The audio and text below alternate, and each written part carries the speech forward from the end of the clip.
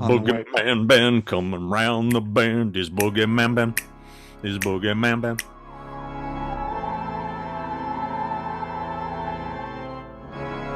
Greetings, my fellow Fright Fiends, and thanks so much for stopping by the Horror Zone channel. I hope everyone's doing well. This is episode 29 of my series, Reworking the Lot, and it is the last episode of the series. Now that the Salem's Lot remake from 2024 has been released, it's been out for a little over 3 months now. It debuted on HBO Max on October 3rd of 2024, and in theaters in the UK and Ireland on October the 11th of 2024. I've done a spoiler-free video talking about it and a spoiler-filled video talking about it. And I feel like it's, you know, the movie's out, it's done. Who knows if we're ever going to get the full 3-hour version. The movie was cut down. They chopped a little over an hour off of the film. The movie was supposed to be 3 hours in length, and unfortunately it was cut down to an hour 54. So yeah, hopefully maybe one day we'll see it. There has been no official word of if it's gonna get a home video release or like on Blu-ray or DVD. There's been nothing about it. So I felt like this is a good time to sort of, you know, put a bow around this series. I do want to thank everyone who's helped support this series. I started this back in August 27th of 2021 was my first video. Titled Reworking the Lot, and in that video I talked about Lewis Pullman being cast as Ben Mears. That all started, the production, the casting, all of that stuff started when I was really in a big bad depression, horrible depression that at that point had been going on for almost 6 months. And it was really kind of a breath of fresh air, something exciting I could talk about, because so much had been sort of stalled because of the pandemic and everything that we'd been going through, and we were still wearing masks and had to stay home, and there was still outbreaks, and it was a horrible time. And I felt completely, you know, I felt like I was in solitary confinement, even though I have, you know, it wasn't that bad, but mentally I just craved something exciting to talk about. And that's why the movie going into production, and even though I didn't want them to touch my beloved 1979 miniseries, they had already tried it once in 2004, which I thought failed, and I was like, why do it again? It was already done perfectly in 79. So yeah, it was sort of something that kept me going, and it was something that got a lot of notice. I mean, it's the most successful videos I've ever done on my channel for the most part. There's been a few that have gone above it, but for a series that I would do talking about this remake that we were all waiting to see, even if it was just to sort of light it on fire and say it was a failure, it was something that really kept me going, and I'm grateful for it. Whether you like the film or not, I think some of the bashing that it's received has been a little bit unwarranted, especially some of the racial and sexist stuff that I ended up getting sort of caught in the crossfire for when the movie came out. I don't know if that just had to do with the elections going on here in the U.S. and people were just angry and they wanted to take their frustrations out in some way. But it was really, for me, it was disheartening, because I loved, you know, I love, you know, interaction with people and different viewpoints. I'm completely fine with somebody disagreeing with something I say, but to call me names and to call other people in the comment section names, or, you know, it just got to the point where it was a little bit overwhelming for me, and I actually did stop doing content for a little while because of it. It was just, I was just shocked. You know, it's a movie. You either like it or you don't. But just the vile that was coming out, and especially attacking some of the actors like Jordan Preston Carter, who I think stole the movie, and I still stand by that. But just because he's black and the character is white in the book, and really broke my heart. And yeah, I'm glad that things have kind of settled down now, and I feel like you know, I can talk about the film, and while I will get a difference of opinions, it's not like it was when the movie first came out. I understand that it disappointed people. I understand that there's people that think it's choppy, and some of the acting isn't that great. And I have my own issues with the new film.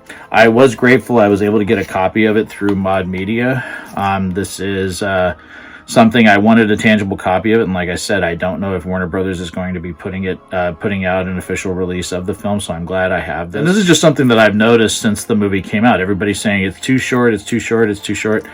It needs to be a longer film. It should have been a mini-series, and I'm like, I get it. Because, you know, growing up, and I'm going to showcase a couple things here, this was how I could rent the Salem's Lot miniseries, and it was dubbed Salem's Lot the movie when I rented it. So this is something that I would rent from the video store as a kid. The miniseries was not regularly, played on cable television. The version of the film was the European cut, which is dubbed Salem's Lot the movie here in the States. And I had my dad rent this for me constantly.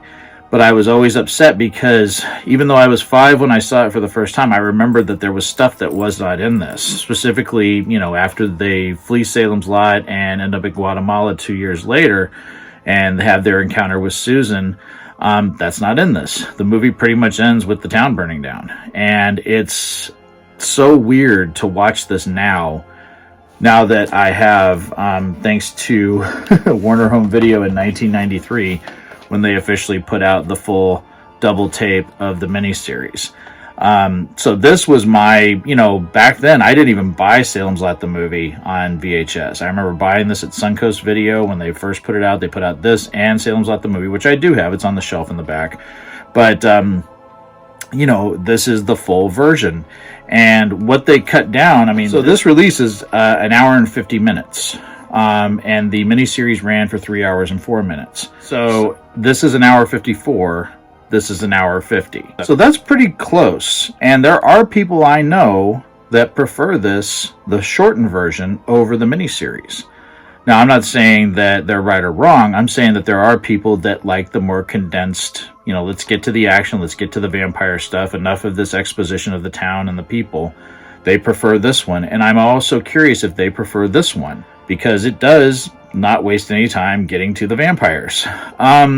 Like I said, there's different camps on everything, and there's some people that just think that the miniseries is too slow.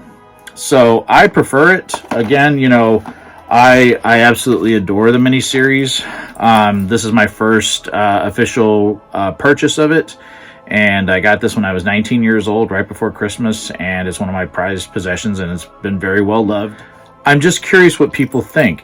Are there people out there that really enjoy the shorter version, or do they like this one? For me, there is no substitution for this. This is the preferred version of the story. There's nothing that can top this. And I think that's why when this came out, this was already king. Nothing could unseat this.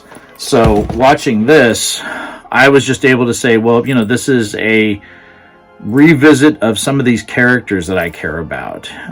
Does everything work in this for me? No, absolutely not. But there's a lot that does. And I can tell just by the production value, the actors. I'm friends with Danielle Perry, who played Marjorie Glick. My friends Danny and Sam and I were all able to interview her back when the movie first dropped, and she's a lovely person, and I wish her all the best in future acting work. I think she's terrific as Marjorie Glick in this. I just feel like the studio did this film a disservice, because I can see that there is heart in this. I can't say the same thing for the 2004 miniseries with Rob Lowe. I have tried to rewatch that film multiple times, that miniseries multiple times, and every time it just disappoints me. There's nothing about that, with the exception of James Cromwell as Father Callahan, that entices me to go back and ever watch it again. So yeah, I think this movie got unfairly hated. If you had to twist my arm and say you can watch this or Nosferatu, which might piss people off, but I would rather watch this. This is just more my kind of vampire film. Not to say that Nosferatu isn't a masterpiece and that Robert Eggers and everybody involved didn't do a great job. It's a movie I will own and watch again, absolutely. But if I just want to relax and chill and watch something, this is the way that I'm going to go. I just prefer this kind of vampire story, much like I love Fright Night, The Lost Boys, 30 Days a Night. Those are the vampire films that I go for. And I think the new Salem's Lot was done a complete disservice by the studio. And I think everybody that was involved in this did a fantastic job. And yes, it has some things that I don't care for. And I think a lot of that could probably go back to the edits that were made. I think if maybe they fleshed out and put in the full film out, the full 3-hour version, I might not have those reservations that I have about some of the things that were done in this film. So again, who knows if we'll ever see it. I know this movie did really good on HBO Max during the Halloween season for streaming. In fact, it beat the Penguin series with Colin Farrell in terms of the amount of watches. I don't have the exact numbers, but I did see that. So it was successful, and I just think it was a movie that wasn't given a chance. So I stand by it. I hope everyone enjoyed this series that I've done for the last 3+ years. It's been a blast. There's going to be more Salem's Lot content on this channel mixed in with other things that I want to talk about, some other things from my childhood that I want to talk about that I think are fun to go back and revisit. And yeah, I'm just grateful that everybody tuned in, and for all of the great comments and good friends that I made through this series. Thank you so much. I hope everyone's doing well, and I promise I will talk to you again real soon. Take it easy, stay scared as always, and remember, you can do nothing against the master. Peace.